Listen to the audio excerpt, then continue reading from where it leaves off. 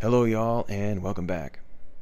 In the previous videos we have been exploring possible answers to the question, where did the universe come from? And in the immediately preceding video we explored the view that the universe exists forever into the past, has always existed, and I raised some concerns about that view, one based on its inconsistency with our best science, and another based on the fact that it relies very heavily on the idea of an actual infinite, which seems like it's an incoherent concept.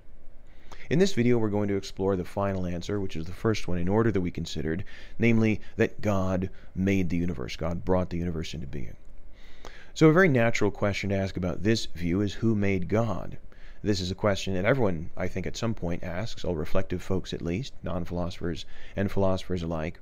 But you also might ask it by way of invoking the principle of sufficient reason, which I myself invoked several videos ago, which says that every existing thing has an explanation for its existence. And you might at this point say, well, what's the explanation for God's existence? Who made God? The answer to this question is that God exists by virtue of the necessity of God's own nature. So God cannot not exist. Here we bring in the metaphysical terms and apparatus, the modal metaphysics that we developed for the ontological argument in the 2 modules ago, okay, that God possesses his properties necessarily, properties of perfection in the most perfect possible way, namely necessarily, and is a necessarily existing thing. Now this, of course, will not even be close to satisfying for an atheist, because it seems like special pleading. So the idea is that God has no external creator, no external cause, but exists solely because of the necessity of his nature. And the atheist might say, well, you're just saying of your thing that exists that it can't not exist. That's a case of special pleading. Why couldn't I just say the same for the universe? If we're just applying this this franchise player tag to our favorite existing thing, I'll just say the universe exists necessarily.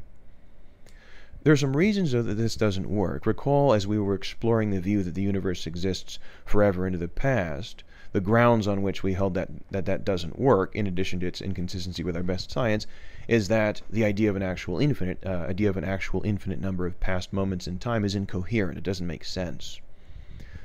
Well, at this point, the atheist might say, well, surely then by the same token, the idea of a God that exists necessarily also fails, because if God exists necessarily, then ipso facto he exists forever into the past.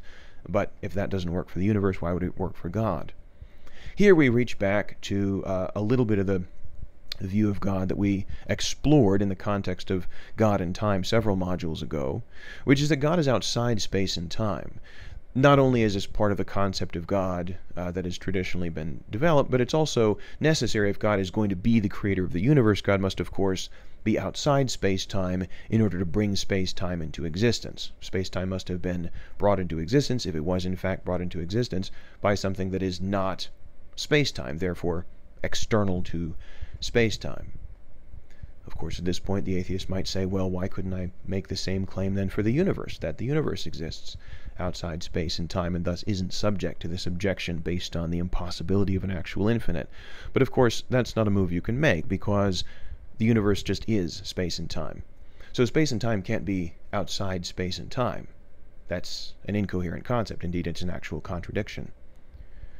So the concept of God, while it may be one that is not to the liking of somebody who does not, believe in God, in as much as it invokes something that is outside space and time, exists via the necessity of its own nature, is unique in a way that makes it immune to the objections that one can raise against certain versions of, like, an eternal universe view or an everlasting universe view. So God exists by virtue of the necessity of his own nature. It is, of course, at this point important to note that this usage of the term God is completely religiously neutral. Indeed, going further, it's totally areligious.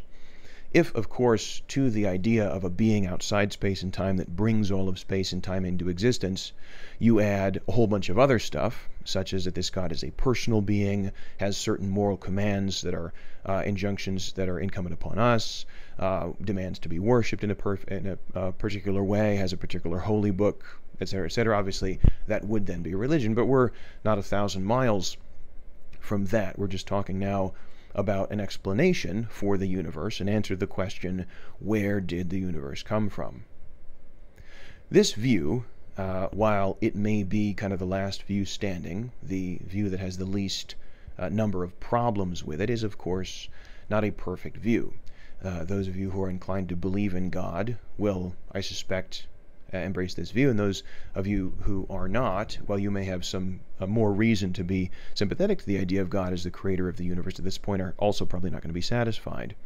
One major objection that is often raised against the idea of God has to do with an incongruity between the supposed nature of God, which we described a little bit in the previous set of videos on the ontological argument, and the existence of evil here in the world. The objection holds that a good and loving God would be able to stop evil, would know about it, would want to stop it, so that evil shouldn't exist, or at least not to the degree that it does in fact exist on Earth now. This is one of several objections one might raise to the concept of God, the idea of God that we've developed here, and we will entertain those objections in the next module. Here, though, all I've wanted to do is to frame this question: where did the universe come from? And consider all of the objections, or all of the possible answers, rather, to this question that I'm able to think of, raising concerns about each of them, and hopefully giving each of them a run for its money so as to arrive at the best explanation. So I'll see you in the next module as we continue to explore the concept of God. Thanks very much.